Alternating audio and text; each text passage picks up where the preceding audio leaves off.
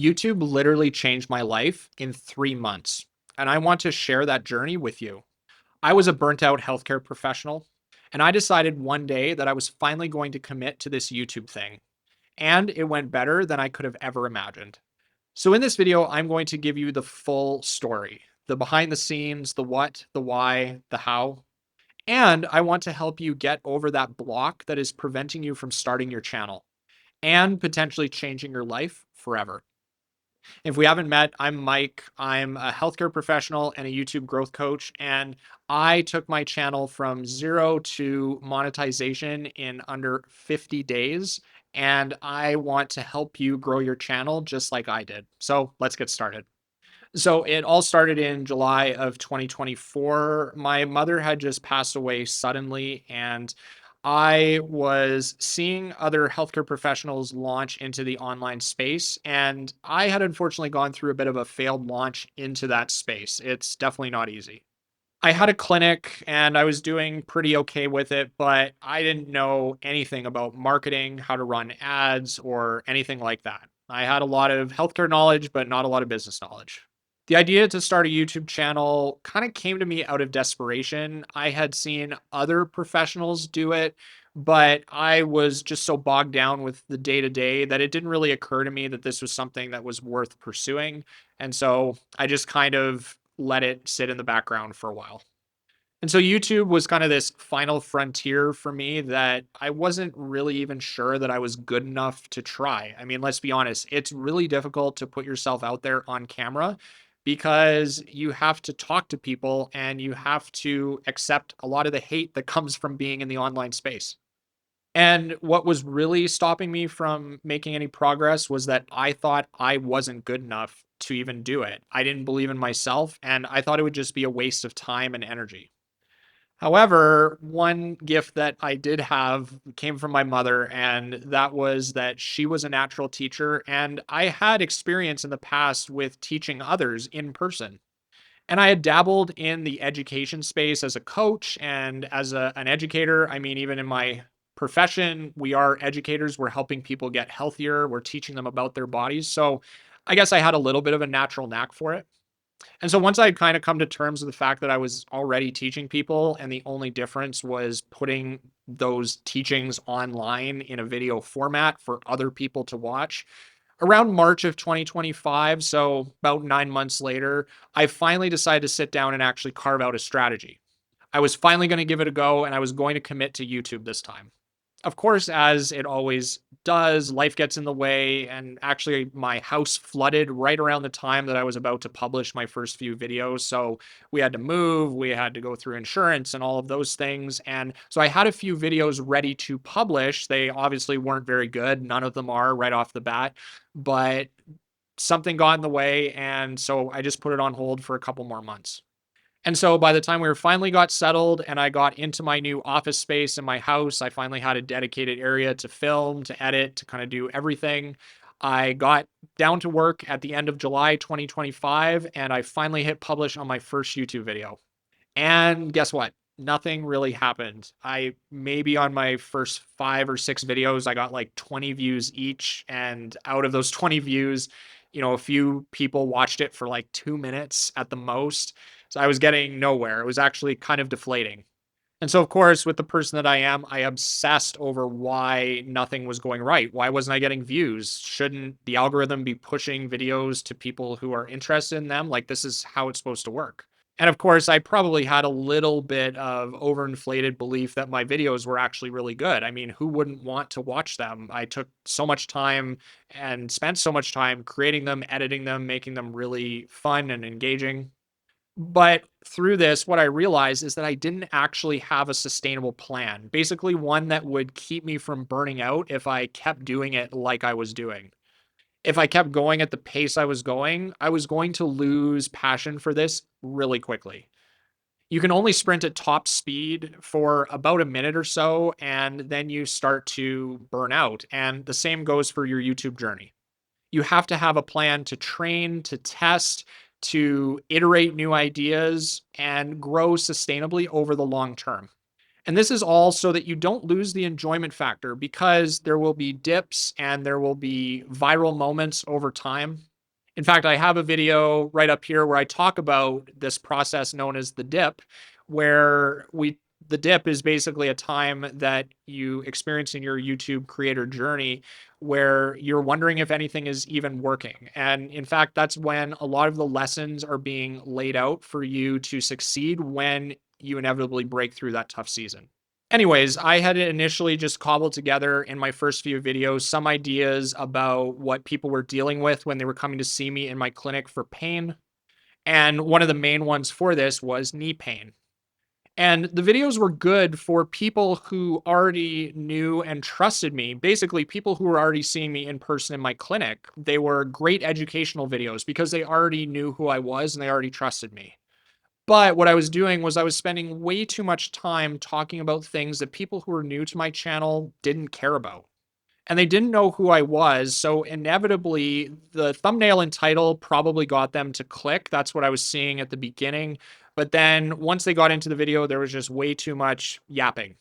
And unfortunately, generally speaking, attention spans nowadays are very short. And so I gave them no reason at the beginning of the video to stick around and actually learn about the substance in my videos. So thankfully, I quickly identified that the reason people weren't sticking around on those first few videos was that I wasn't explaining what the video was about very early on. And so I structured them so that the lead topic, the thing that they clicked on the thumbnail or the title for, they were given that information right away. I made them a promise that they were going to get what they came for right away. So, of course, in those first couple of months after the first 4 or 5 videos, I managed to make 10 or so more in the first couple of months. And I was able to do this because, again, I had a whole repository of things I wanted to talk about and demonstrate in my videos. And so it was pretty easy to make the content. I just had to do it in a structured flow. From there, I started to notice that people were sticking around my videos much longer. And when that happens, the YouTube algorithm picks up on that and begins to recommend your video to more people who may not know of your channel. And so very quickly, I started to notice improvements in all of the important metrics. But it wasn't until about day 45 or so that finally a video took off and really exploded. I think it was video number 16 where it hummed along at a couple of hundred views for a couple of weeks. And then all of a sudden, at the end of the second week, it got 17,000 views in just under 2 weeks. It was awesome. And this was great. I was excited. I thought I had finally cracked the code. Except then the next videos after that got a couple hundred views, maybe 300 to 400 each one. Of course, this was very deflating. And I, again, was wondering, well, what is the issue here? What am I doing wrong? Well, again, it came down to the structure and the flow of the video. For the video that went viral, I had an excellent hook and I had a very quick introduction to the problem. For my specific niche, the first minute or so is so critical because people are in pain and they don't have time to waste wondering whether you're going to address their problem. They want a solution and they want it now. They also want to know that you know what you're talking about and that you understand them. They don't want to be dismissed. They don't want to be told that what they're dealing with is not actually a real issue. And basically, you have to deliver the goods. And so often the most important parts of your video that you should spend time on are the title, the thumbnail, and the first minute or so. This is because you want to be as precise as possible to make sure that you drive home the point that the viewer will get what they came for. This is so critical. And so next, I found that people were dropping off at certain points in the video. Maybe I spent too long explaining the exercises to my audience or going over the demonstration for too long. All of that depends on the metrics, and you can follow this inside of the YouTube studio. Now, you'll need a few videos for these patterns to emerge. YouTube needs data to be able to show you what is going on. But over time, once you put out enough content, the patterns will start to emerge and you'll be able to make decisions based off of that. Now, after I started making these adjustments, I was getting, instead of 200 to 300 views, I was getting 600 to 700 views per video.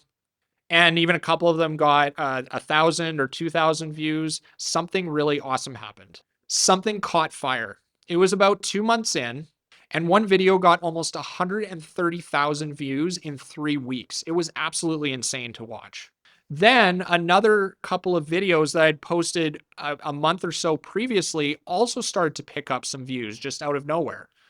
And honestly, this was probably because YouTube figured out that the people who came for the video that caught fire were also going to be interested in those other videos. So YouTube started showing that to them. And while they didn't grow at the same exponential rate, they did start growing and are still growing to this day. And so now real data and success and those patterns I was talking about began to emerge, and I could start making educated decisions. I posted another similar video on that same topic, just with different exercises, and that one also caught fire, and to this day is still my most successful video. The first video was the one that pushed me over the edge to monetization. Around that time, I had about 250 subscribers and I think about 1,000 watch hours.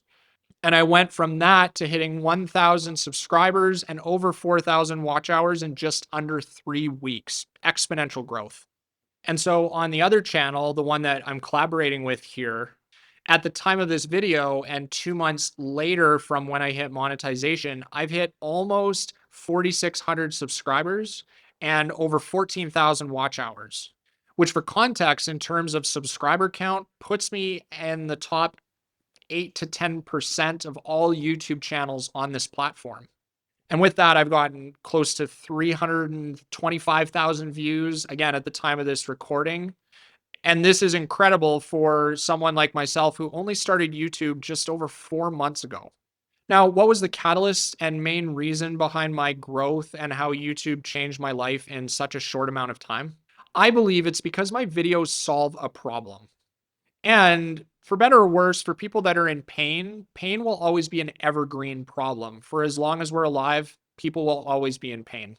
It won't be subject to current events or the latest trends. It's always going to be there. And so people will always be searching for it. My biggest satisfaction is seeing comments from people who said they came across my video and they'd been struggling with their issue for 10 years. And my video was the first time that they had been able to experience relief and that it had changed their life. And that's really, really awesome. And all of that was because I was able to get over my fear of being judged and worrying about what others thought of me, and instead getting into the arena and making content instead of always consuming. Now, why was this able to happen? Well, like anything worth achieving, it was because of consistency. I can solve a problem and I can be an expert at my craft or have a really good solution to a problem. But if I don't have the guts to put myself out there in front of people and give them a product that actually serves them, I won't have a business or a channel. Whatever your expertise or your passion is, especially if you want to build a business off of YouTube, you have to place your expertise or experience in front of people who are a couple of steps behind you in their journey. And you have to offer a service that helps them solve a problem that they're dealing with in that journey. Every video I made had purpose and intention behind it.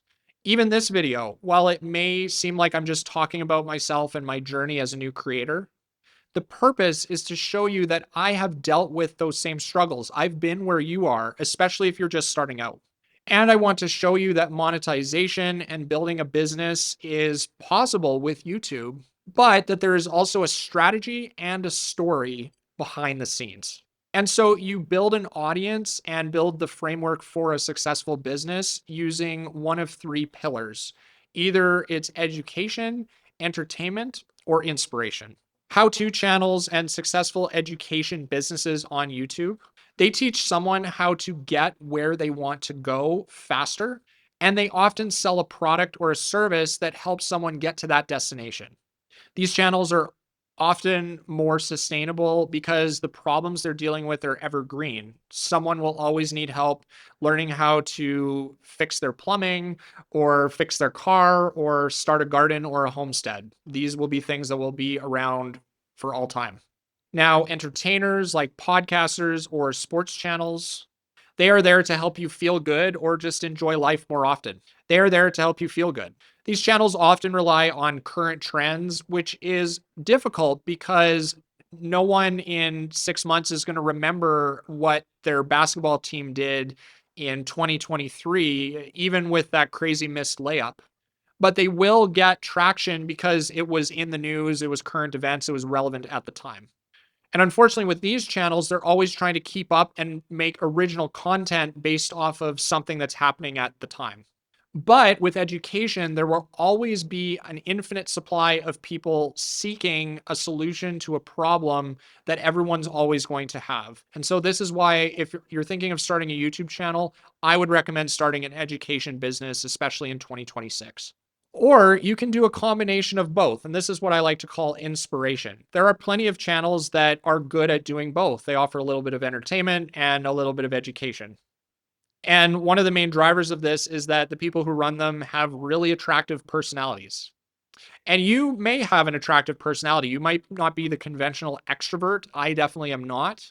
But as long as you are yourself and you don't try to put on a face or a persona and you are just authentically you, I guarantee that there will be people who will be attracted to that and who will have the same interests as you, and they will be drawn to you because of your personality. The difference between you and the people who are consuming your content on this type of channel is that you were willing to step into the arena and actually start building something, and they are still consuming. So you've already differentiated yourself there. So then the next question you might have is, how can I start to make money? How can I make an income from my channel? And what can I expect for my efforts? Well, obviously, for the sake of transparency, in the first couple of months in those early days, I wasn't making anything from my YouTube channel. I guess you could say that I made a couple of $1,000s because people who were looking for me in my in-person clinic in my local area found me by searching my name, which was showing up on YouTube and in Google. And there's a lot of search engine optimization that can help behind the scenes with posting YouTube videos. But specifically as it pertains to the videos themselves, they weren't making any money, and I was just building the foundation for free. But once I hit monetization in September of 2025, that's when the ad revenue really began to pile up. And thankfully, of course, that first video that pushed me over the edge towards monetization is still collecting views and is still collecting ad revenue. So even though I didn't get credit for what views and hours I got before monetization, that trend helped my videos that I then posted and then went viral after monetization. It helped build the foundation for that to occur. And so in September, my first full month of monetization, a couple of weeks of September, I made $65. Not too bad, but definitely not enough to pay the bills on AdSense alone. I think it ended up paying for the microphone that I'm using in this video. However, what did happen is people started contacting me through my videos for pain coaching, exercise coaching, and I had a couple of fellow healthcare professionals reach out to me asking me if I could help them with their channels and help them achieve monetization quickly. Now, I won't share the exact amounts of what that looks like in terms of coaching and all of that because I want to keep that private just for the sake of the people that I'm working with. But it was a nice sum of money. But moving into October, and that's where the video that helped push monetization in September, I believe helped the two videos that really made up the bulk of my AdSense revenue in October really started to take off. And so I made for the month of October $695 in AdSense revenue. And to this day, those videos on my channel combined are getting about 2,000 views per day, which is really good. It's a nice baseline. And then in November, as of the time of recording this video, we're getting towards the end of the month, I will have made close to $500 with AdSense revenue alone, which is awesome. So, is this enough to pay the bills? Is it a full time income? Not even close. However, the majority of money that you can make off of YouTube is almost always off platform in many different forms. This could be in the form of sponsorships for your channel, which I'm very picky about, and I don't take really any because of my role in healthcare. Or it can be in the form of coaching or affiliate sales of a product, or even the sales of your own product, like I mentioned before. Really, the possibilities are endless. What you have to do as you continue to grow is see how your audience is being served. You may have your interests. Let's say they are fishing and carpentry and woodworking, and you may be a 55-year-old male. But the algorithm starts pushing your videos to a 35-year-old female with three kids, and another subsection of your audience is 25-year-olds. When maybe you had in mind the person that you were talking to when you were making your videos is a 40-year-old male. So you have to be willing to be flexible in your product and service offerings, especially in the early days as the algorithm adjusts to who is actually enjoying your videos. Because while you don't want to force content into something that you are not, you also don't want to force content into the algorithm that no one wants to watch. Basically, at its most fundamental, your customer or the audience is almost always right. So you need to be willing to pivot slightly within your main content niche pillars while still remaining true to who you are. Basically, you have to find a way to manage both. You need to be sure you're speaking to the audience that your content is resonating with while also staying true to what made you you. In my case, I'm at a place now where it makes more sense to try and dive deeper into the product offerings that I have on my health channel, the one that we're looking at and collaborating with here. And as I put those videos out, I found another product opportunity, which was to help others grow their YouTube channels. And this is because my services, in terms of offering people pain solutions, is potentially not as big of an opportunity as helping other people grow their channels. There's a much broader reach available to me by talking to you and helping you grow your channel. And don't get me wrong, I love serving people in my profession. I do enjoy being at the clinic and helping watch people get out of pain. But what I do know is that my ability to serve more people is better invested in YouTube and in these two different areas, the YouTube growth and the pain relief channel. And YouTube's given me this opportunity to serve thousands of people instead of just 10 to 20 per day in person. But of course, if you don't have any content yet, the first and most important thing is to just get started. And whether that's now, as I'm filming this in late 2025, or maybe you're seeing this at the beginning of 2026, I believe that today is the best time to start your YouTube channel. There's no better time. It could change your life, and it has definitely changed mine for the better. So, if you're looking for a great place to start, I have a free PDF checklist that helps take you from zero to publishing your first video in as little as 7 days. Click the link in the description to see that checklist. And if you've gotten started and you're looking to grow towards monetization, or you're looking for ways to grow your income off platform, I also can help with that. We have my paid school community where inside we do weekly channel audits. I have tons more worksheets to help you in your journey and to focus your efforts where they would matter the most, and tons of other resources to help in your YouTube growth journey. I also do one-to-one calls, and if you feel like you need more specific help and you want someone to help work with you to grow your channel, I'd love for you to book a call and see if working one-on-one together would be good for you. I'd love to see if I could help you grow faster and more efficiently. Lastly, if you want to see a video where I go over my exact metrics from zero to monetization, all of the analytics, all of the important metrics, all that behind the scenes, click here to see that video. All right, well, I hope this video was helpful and I look forward to seeing you in the next video. Remember to always stay creating. Thanks.